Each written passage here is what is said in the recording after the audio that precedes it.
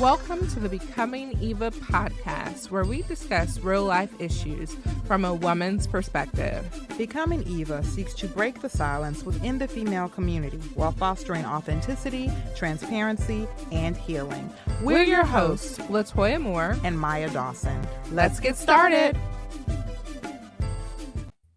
Hey, we're here. Welcome. Oh, you all are in for a treat. We've got a good one today. And of course, you'll see we have a very special guest, as you can tell. So we'll definitely introduce her. But first up, how are you doing, Toya? I'll say I'm surviving. This week has been a full week. I presented at a conference, and then I had the Hispanic Heritage event. So it's been a lot. Yes. But you know what? I'm very proud of you because before we logged on, she said, you know what? I'm going to take a mental health day. I said, yes. It's a mental health day, girl. Get it in. So I'm very proud of you. Take the time that you need to refresh so that you can continue to give out. So, but yeah, I hear you. It's been a busy week on this end as well. And yeah, I'm looking forward to taking some time myself. Like I had to remind myself, okay, just pace yourself. Focus on whatever is in front of you and everything else will get done in its own time. So, yes. So, but Miss Catina, our special guest, how are you doing today? I'm good. Thank y'all so much for having me. Absolutely. What an honor. We are honored. It's a blessing to have you here. So without further ado, I'm going to go ahead and read your bio so everyone knows who you are. And then we're going to dive on into the topic at hand. Okay. So. Okay. First and foremost, Catina Taliaferro currently serves as the Director of Diversity and Belonging at Mount Paran Christian School in Kennesaw, Georgia, where she also leads the school's Community Council. I love that.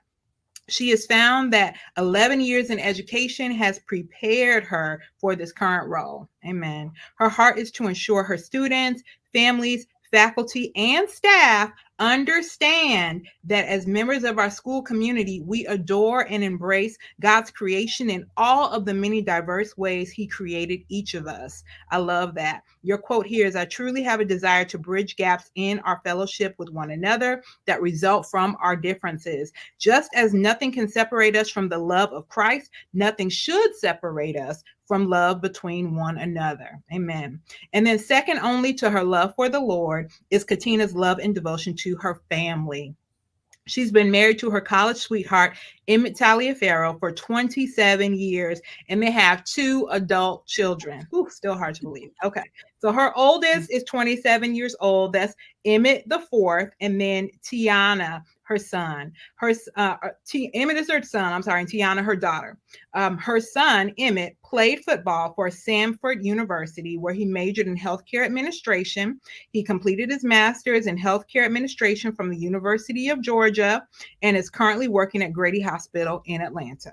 And then Tiana, her daughter, is in her senior year as an education major at the University of Alabama, where she has also cheered for each of those schools. Wow. For her 4 years. When Catina is not working, she loves spending time with her family. She loves the beach and she loves football. So yes, welcome, Catina. Welcome. Yes. Thank you. Thank you so much. I love it. So we're going to be talking about your journey in becoming and just how you've overcome quite a few obstacles, but so gracefully.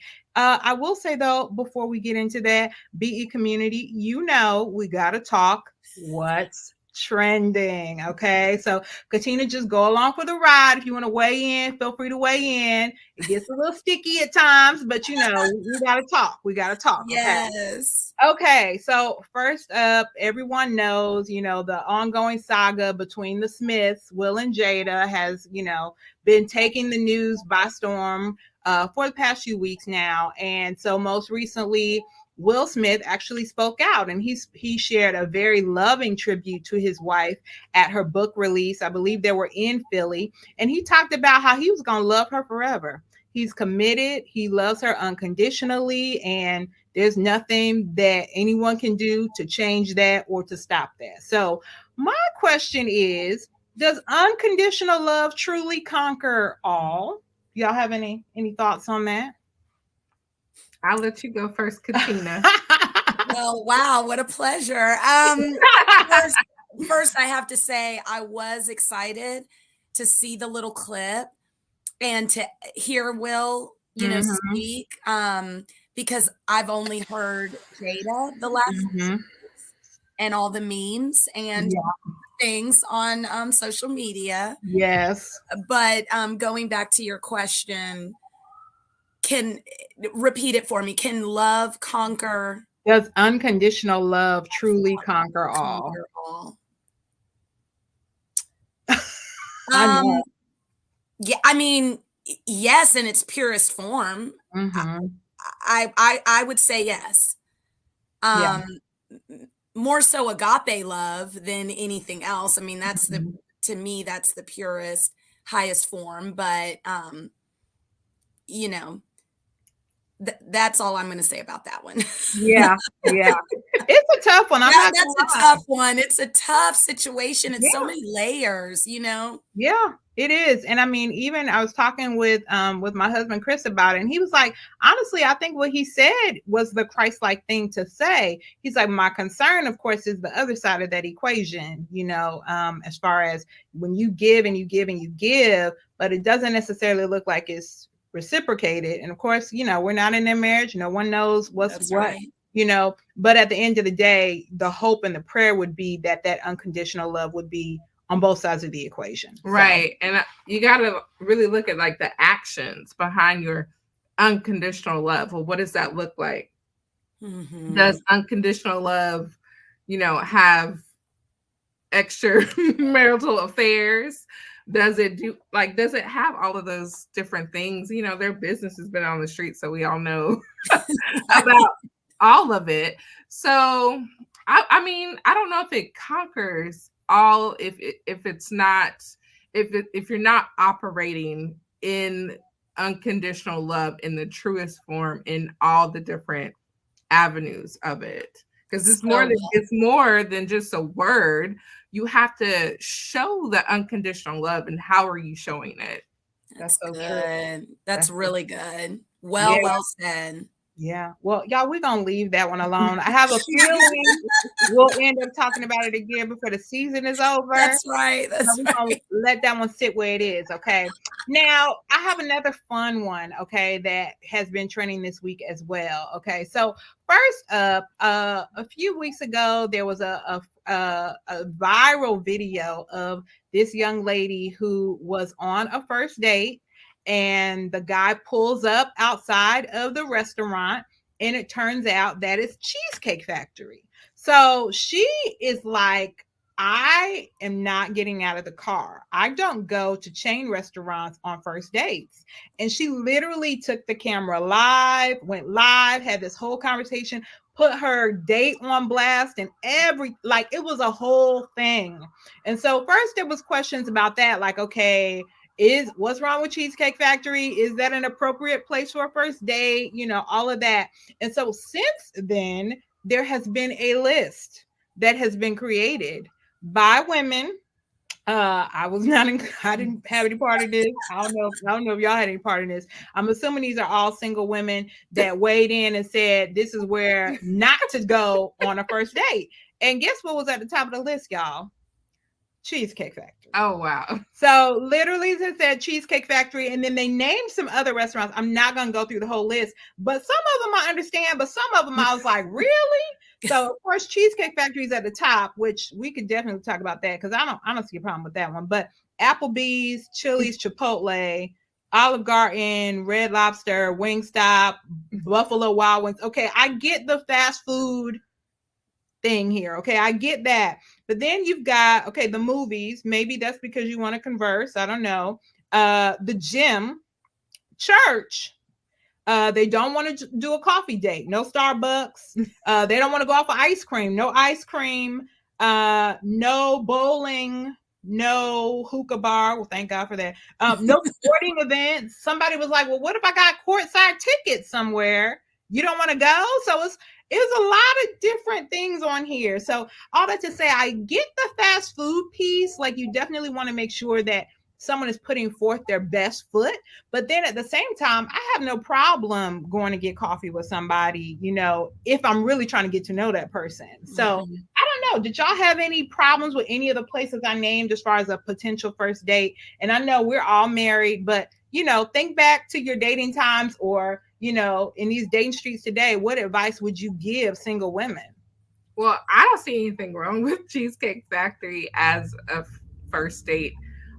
In my opinion, it shouldn't be about the place anyway, because the goal is for you to kind of get to know each other. So I don't necessarily want to put a value on the type of relation or type of restaurant for the first date, because that's not the goal. Your goal is not, well, it may be some people's goal to like eat good or whatever on your first date in a fancy restaurant.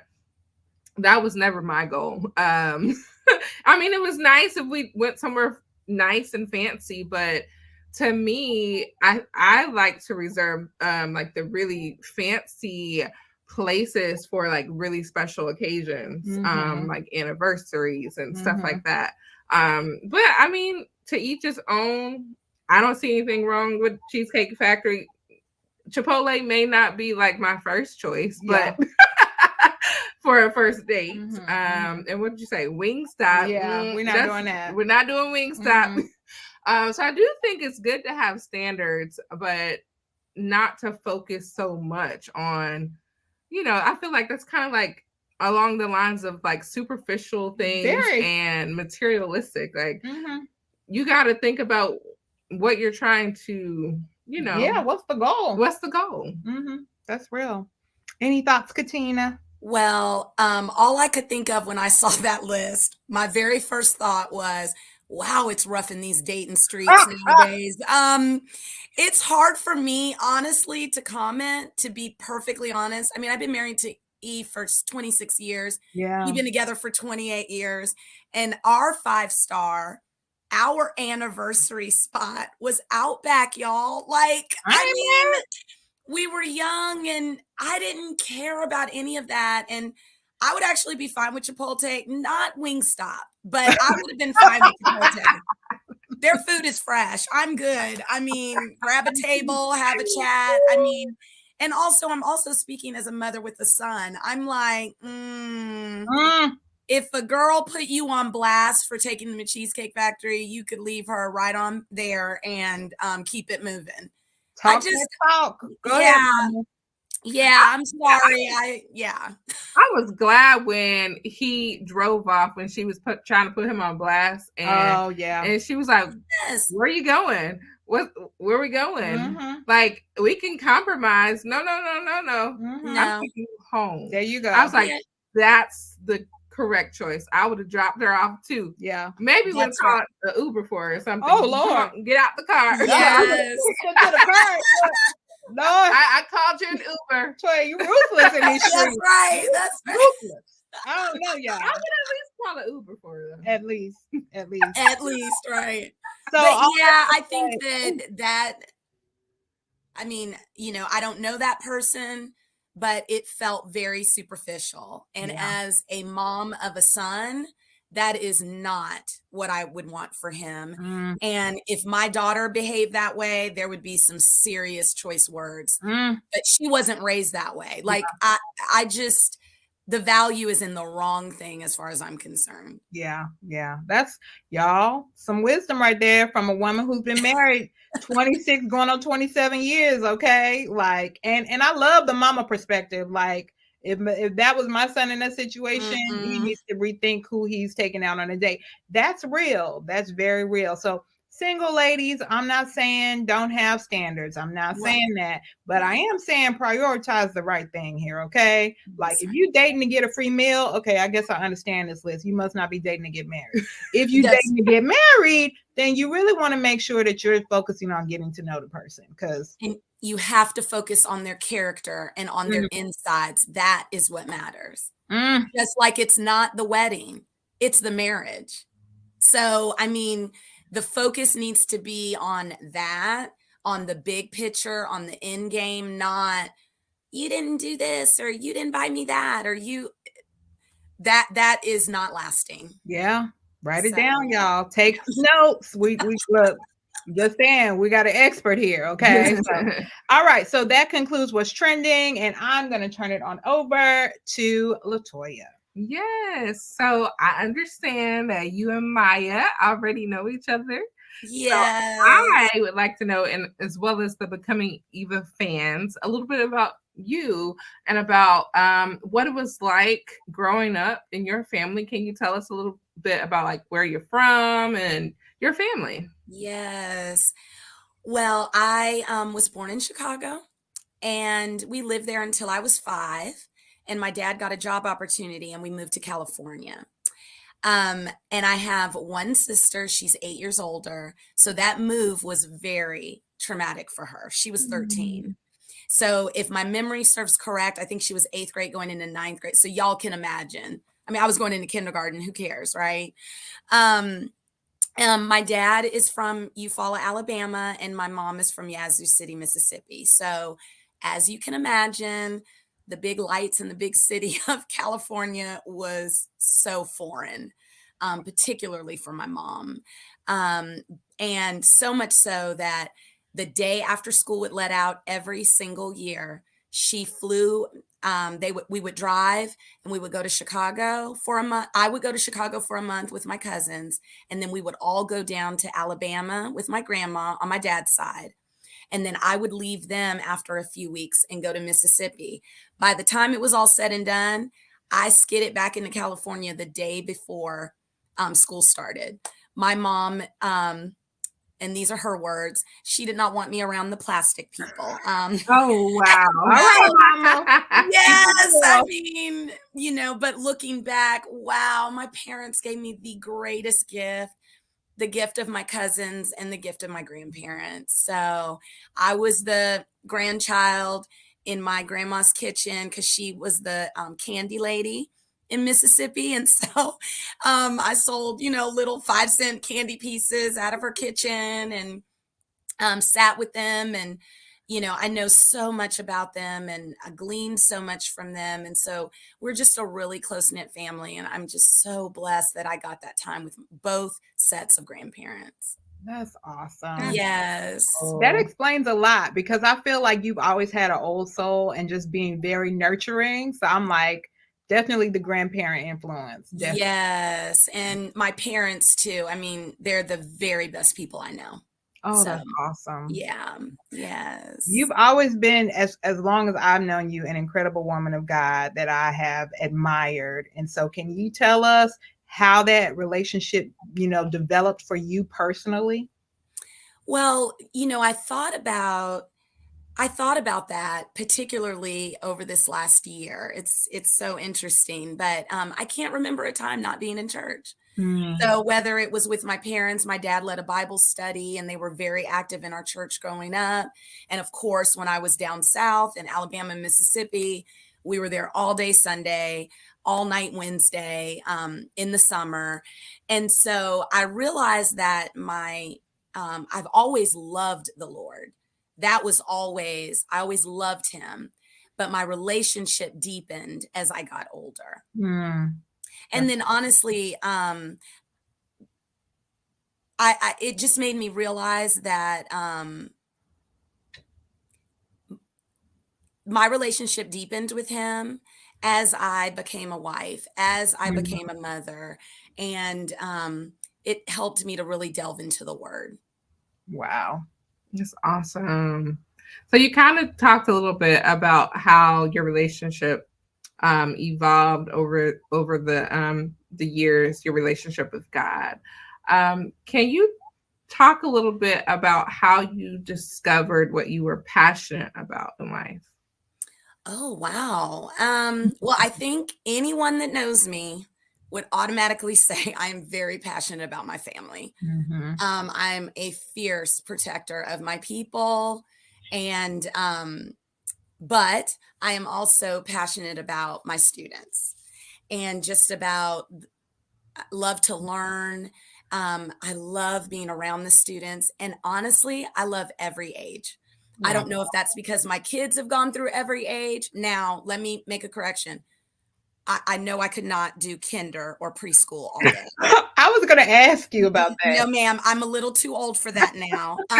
20 years ago, I'm on that floor and I am crisscross applesauce doing all the things. But now I need it in spurts. I'm an older lady now. So second grade and up is probably my, probably my sweet spot.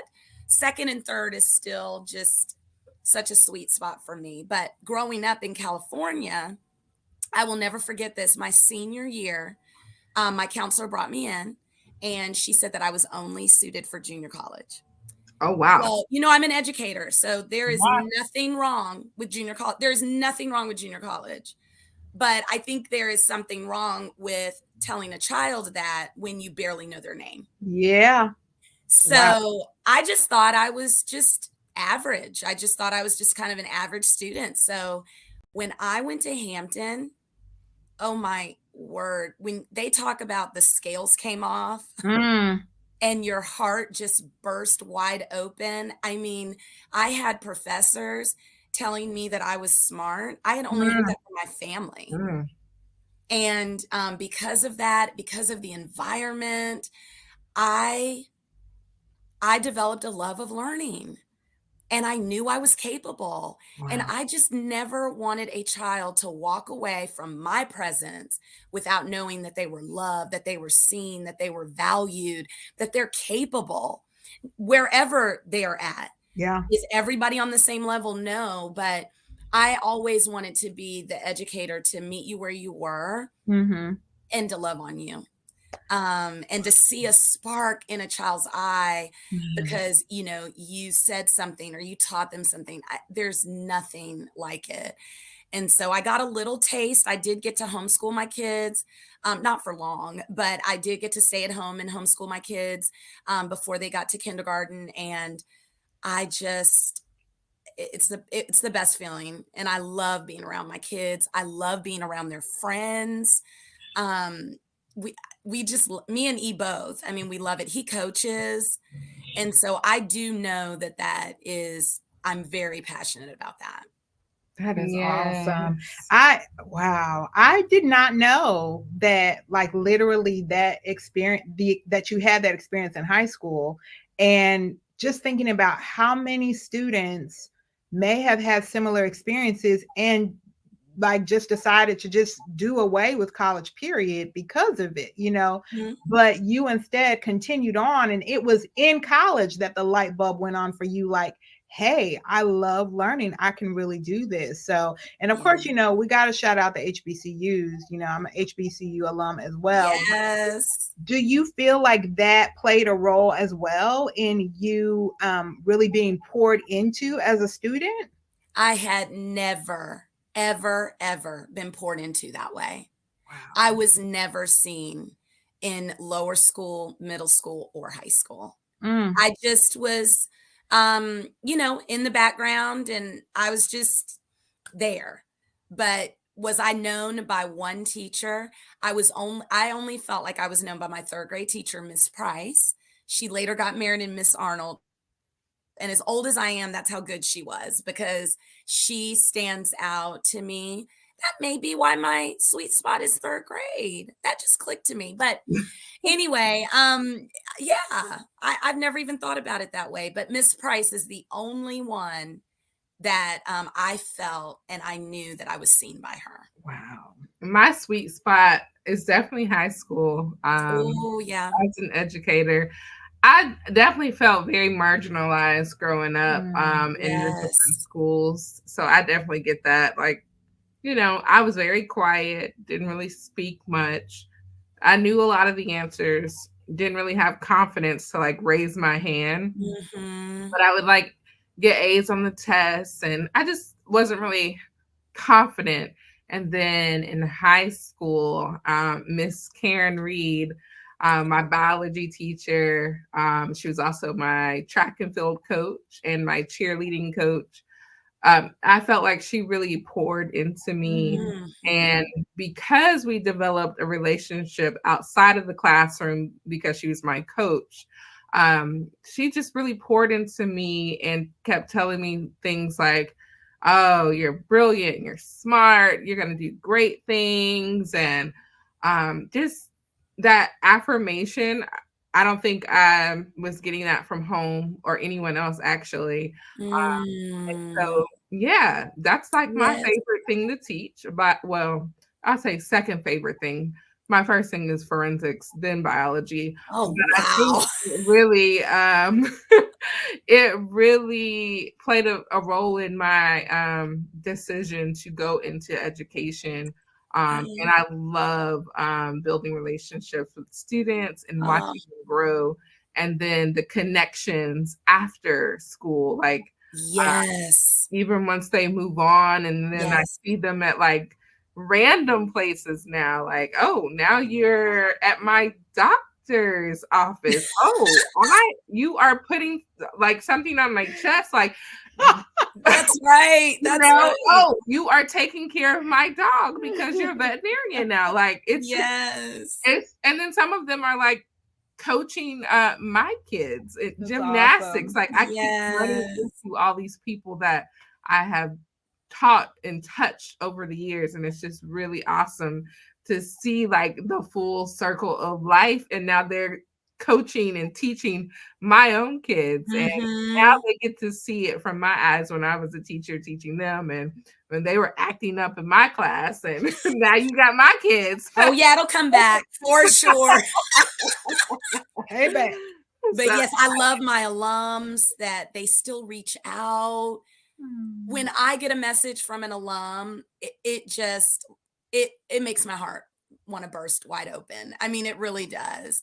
Just that I was thought of, and they might call for advice, they might just call to catch up, but I agree with you. There's nothing like it. Wow. and Miss Beautiful. Reed, she sends me a Christmas card every year still to this day, and I Oh, I send her love one that. too. So we have stayed in touch I all love these years. that. My brother, he gets a little jealous because she taught him too, but she doesn't send him Christmas No, cards. no. Every day. Just I love it. I I love do too. Wow, that's amazing.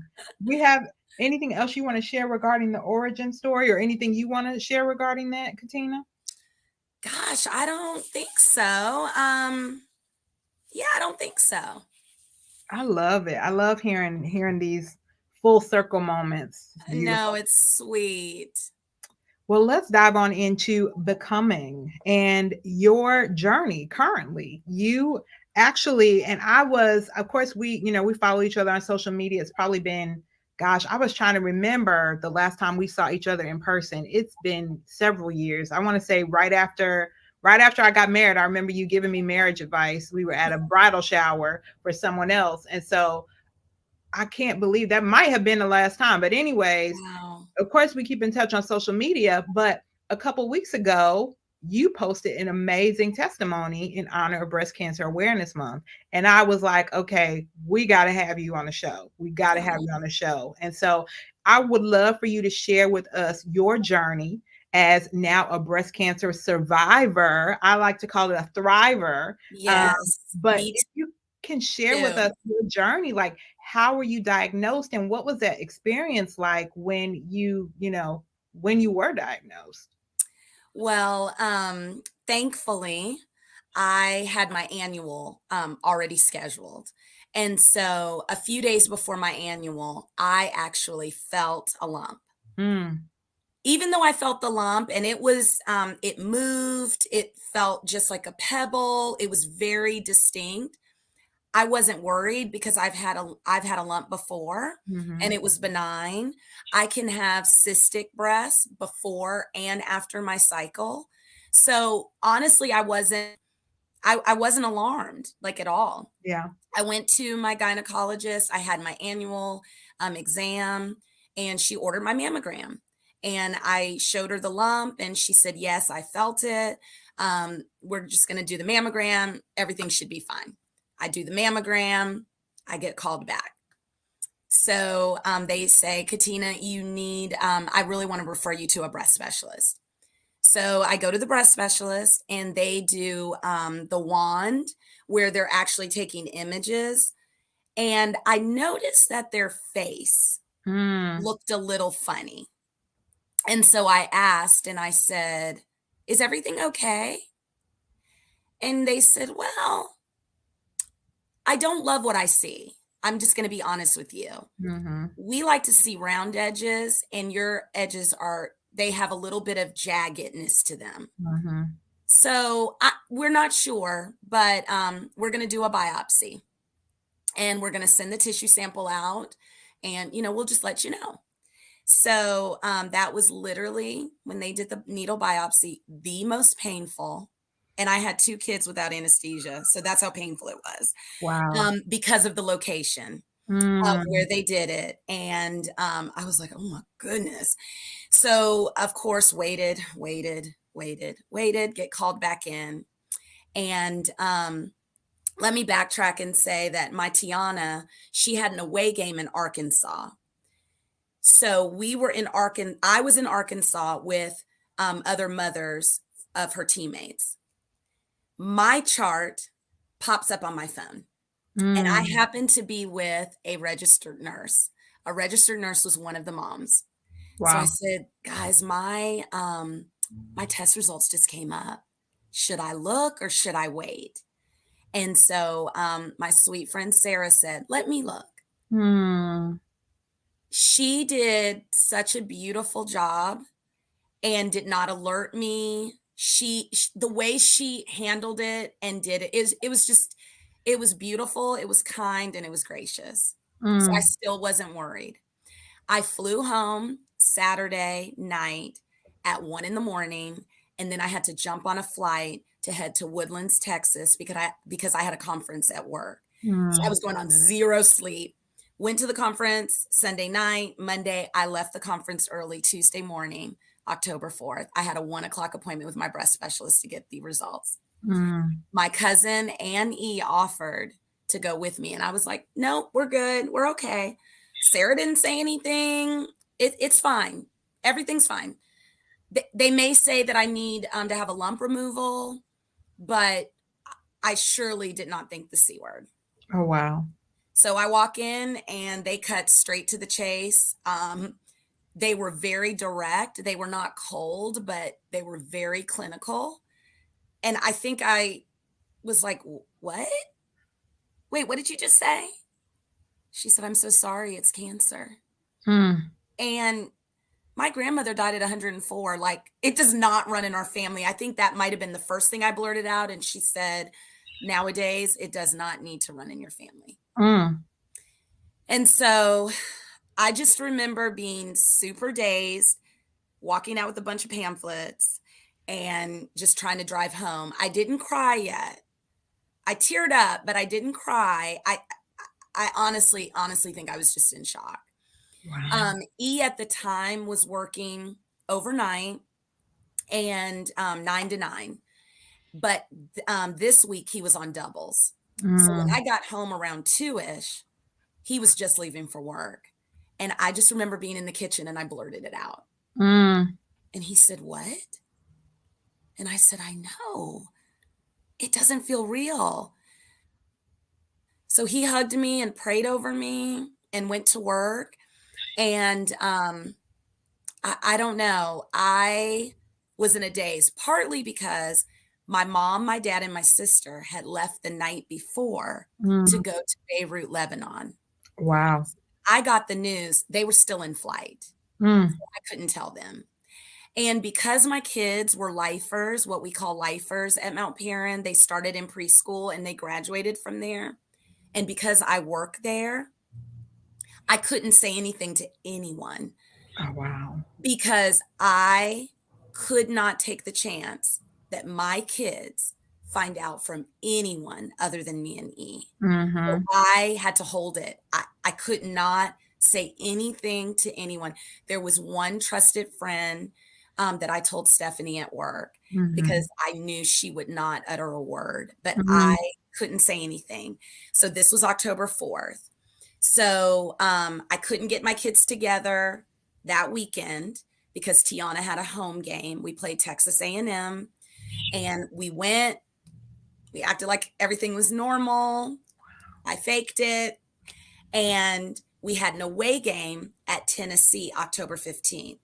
And brother said, "Hey, Mom, I think I'm going to come home on the 15th." So I said, I have to get Tiana home. Mm-hmm. So I called her. Tiana got put on the Tennessee game.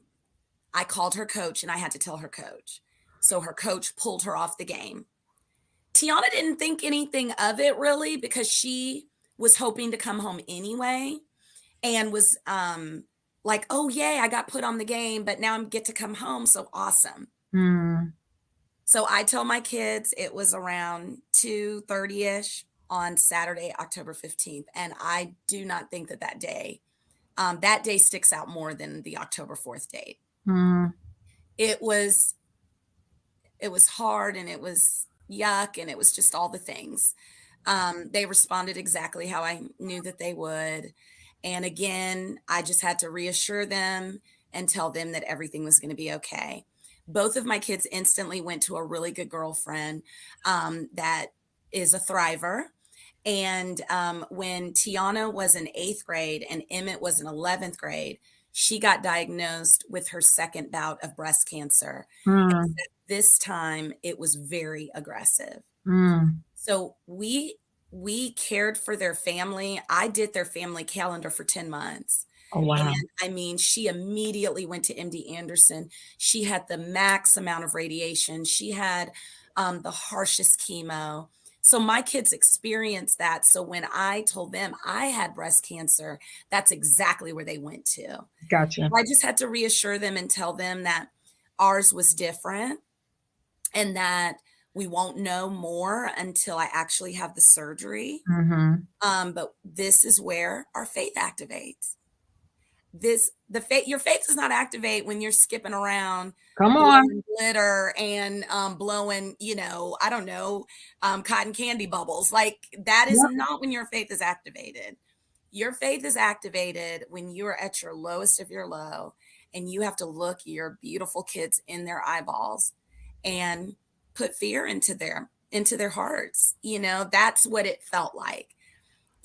All the night before and all morning. I mean, I just felt such angst because I knew that their world would change as soon as I, spoke to them. Mm-hmm.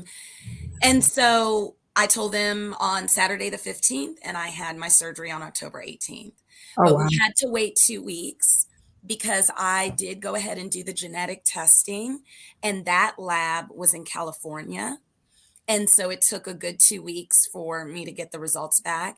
And the reason I chose to do the genetic testing is for a couple of reasons. I was 3 weeks away from my 50th birthday, so I was under 50, and I have a daughter. Mm-hmm. And so I just wanted to know, how closely does Tiana need to be monitored?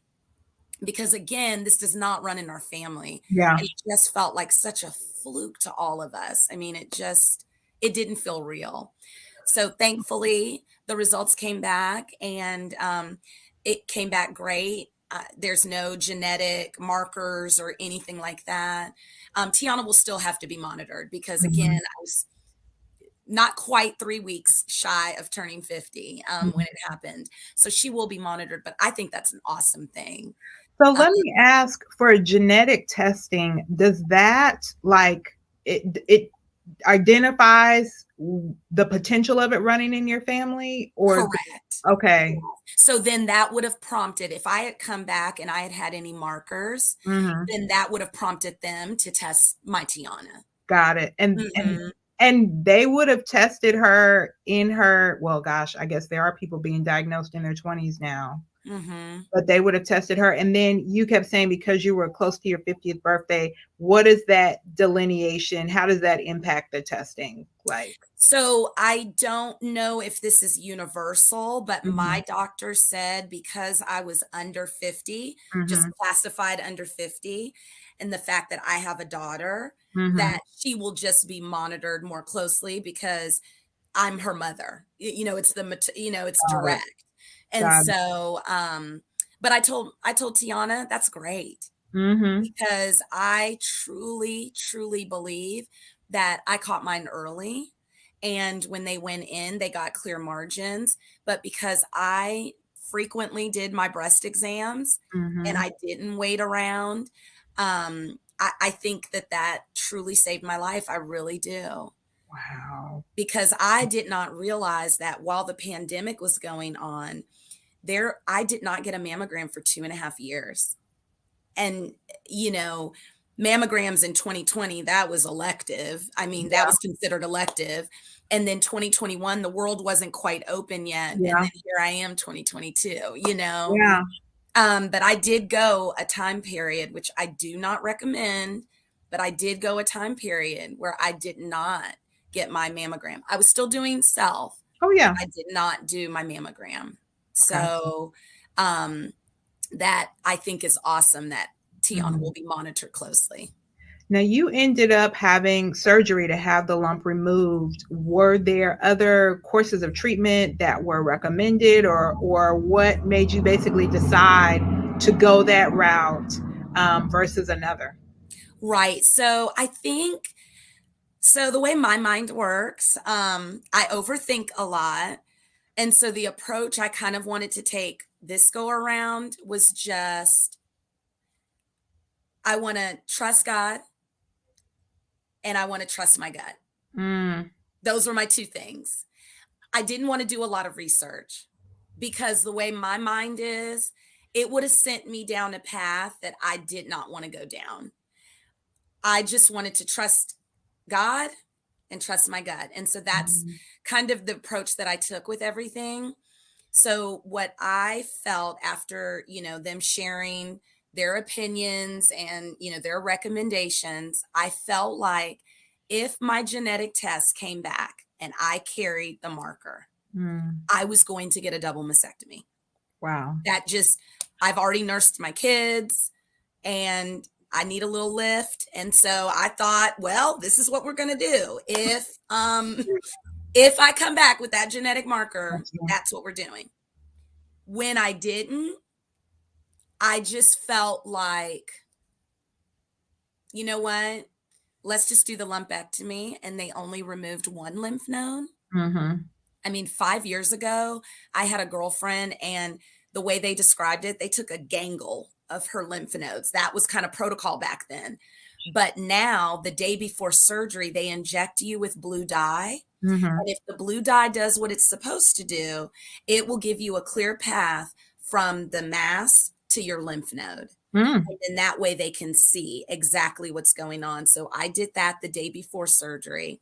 And then, of course, they, you know, did clear margins, but they took tissue samples. And then I had to wait an additional time while the tissue samples came back. And so what my course of treatment, typically when you have a lumpectomy, it is automatic radiation. Typically when you do a mastectomy, there is no radiation. Okay. And because I wasn't, thank God, a candidate for chemo, radiation was then the only additional course of treatment that I needed. So I had 21 rounds of radiation. I started on December 1st and I ended on December 30th and rang the bell. Amen. And it was awesome. And it was crazy because Tiana, so at University of Alabama, they have sideline cheer where you'll see her on the sideline, but then you can also try out for what they call MAT in January to compete at nationals. Well, Tiana made MAT last year. And so she was only able to come home for Christmas for 3 days. Oh, wow. So those 3 days, I just remember I have to be on. Yeah. It has to be a winter wonderland in the house. Everything has to be normal. Everything has to be good and jolly and bop, bop, bop. And I felt like I was on autopilot in protection of them and in protection of E. I mean, I think that diagnosis just knocked us all, knocked the wind out of all of us. I just think, you know. And so I do remember one time Tiana calling And she said, "Hey, Mom, you sound tired. Is everything okay?" And I said, "Oh, I was just taking a little nap." And she said, "A nap? Are you Mhm. okay? Is everything Mhm. okay?"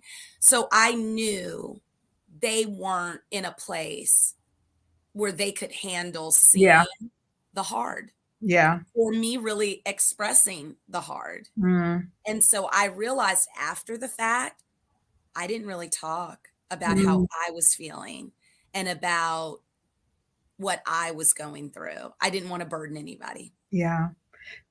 And that's a big mistake. But I was going to say, Mm. I know you may have felt that way with your family because you're the nurturer, the support, but did you find that in anyone else? If it was a friend, if it was someone that had gone through it previously, or, another family member, Yes.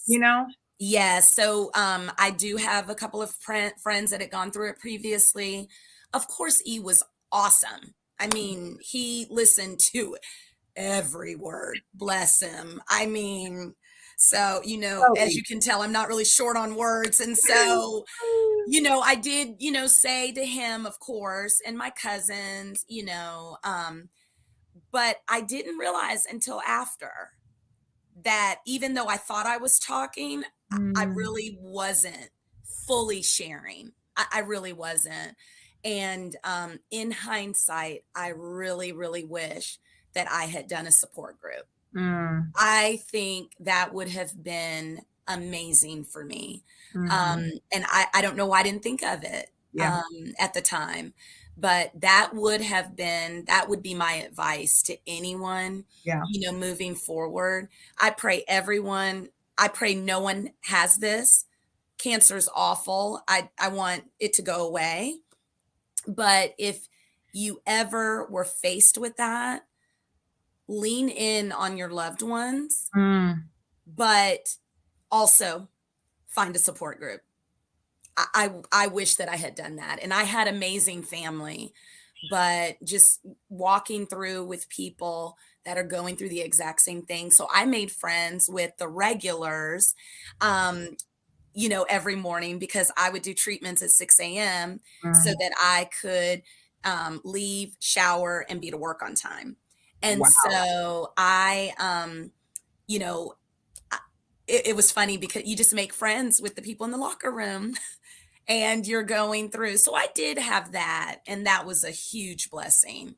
But I genuinely wish that I had done a support group. Wow. Yeah. Those are some really Whew. great tips. Mhm. Making sure to do your annuals with your OBGYN. I think that's important because sometimes we get busy with all the different day-to-day things and work, and if you have kids and all the different things, sometimes we put ourselves kind of like last, Hmm.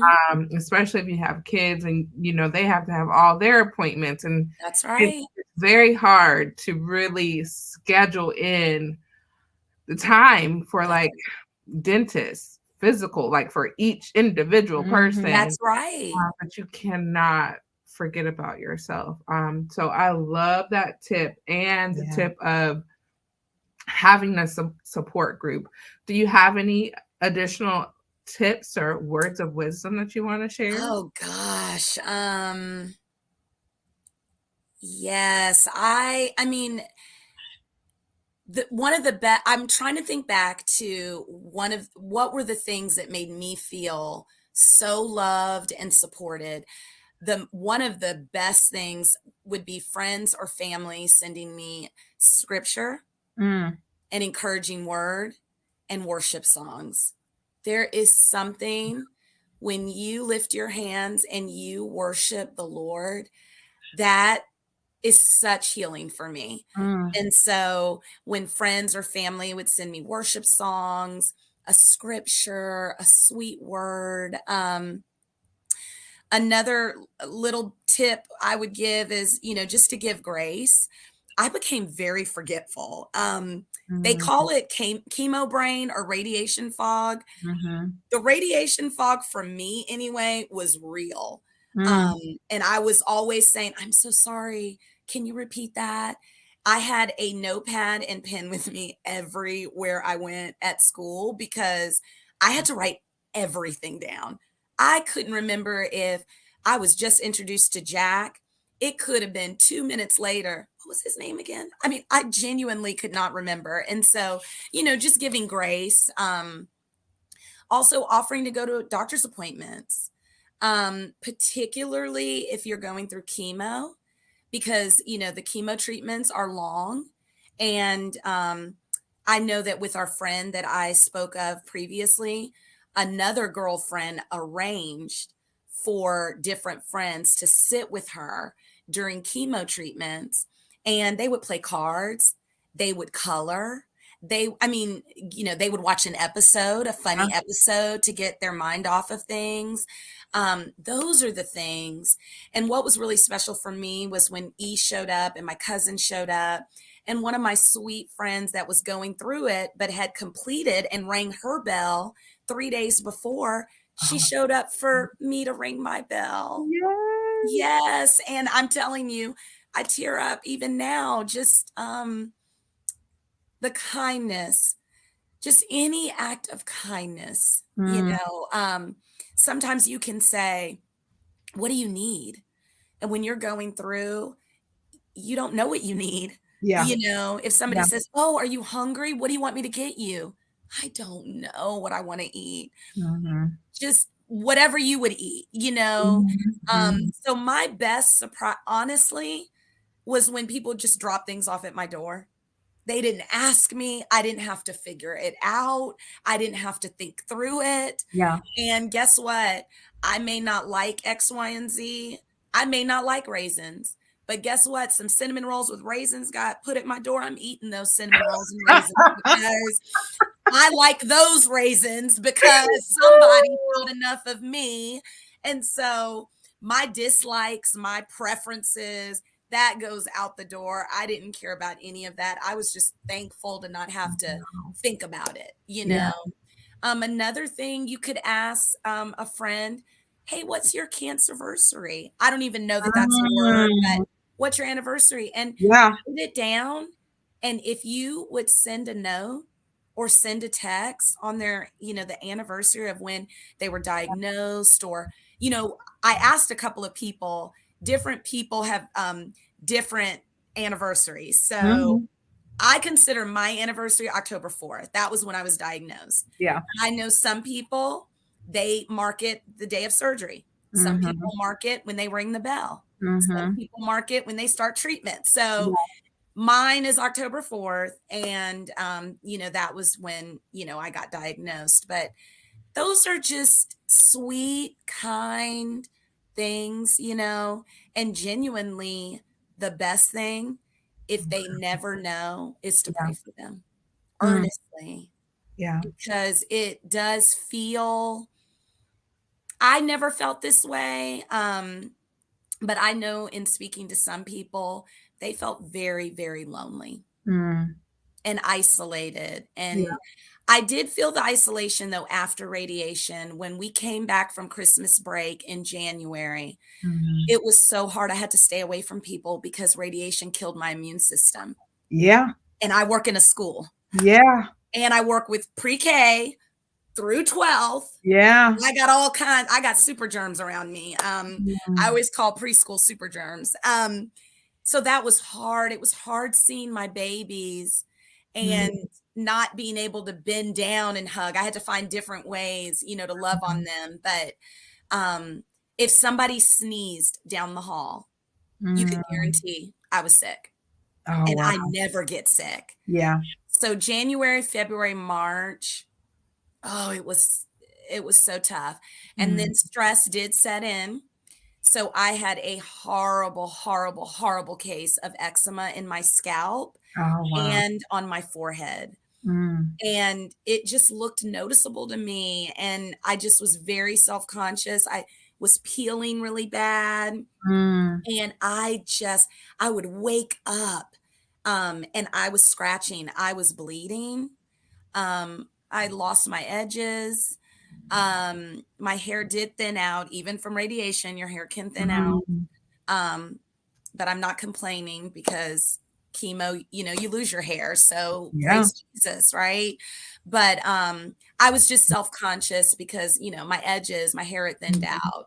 I felt like I had cradle cap. I don't know if y'all know what that is, the baby, but I felt like I had cradle cap all right here. It just felt so noticeable to me. So I had certain friends that they would do this, and I would know to go get my cream and put my cream on, because that meant I was shedding and I was peeling. Wow. And so I had certain people at different spots at the school that would signal me,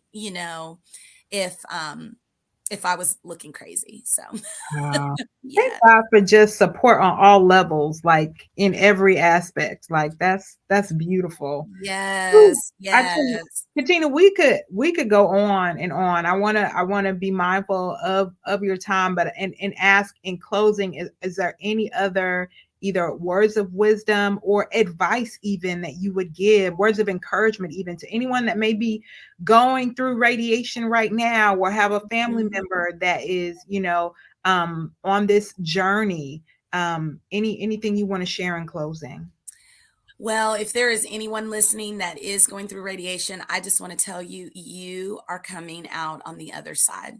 Amen. And I would also say what I tell all of my kids, my own biological kids and my other kids: we can do hard things. Mm, We can. mm, We that's can. good. We And can do hard things. we I can love do that. hard things. We can. And I pray that anyone, going through any health challenges at all would Mhm. draw closer to him. Yeah. He is our great physician. He is our healer. And I believe that. That is what I believe. That is what I clung to, the hope and the promise of Jesus. And that is what I clung to. I can give some really practical advice.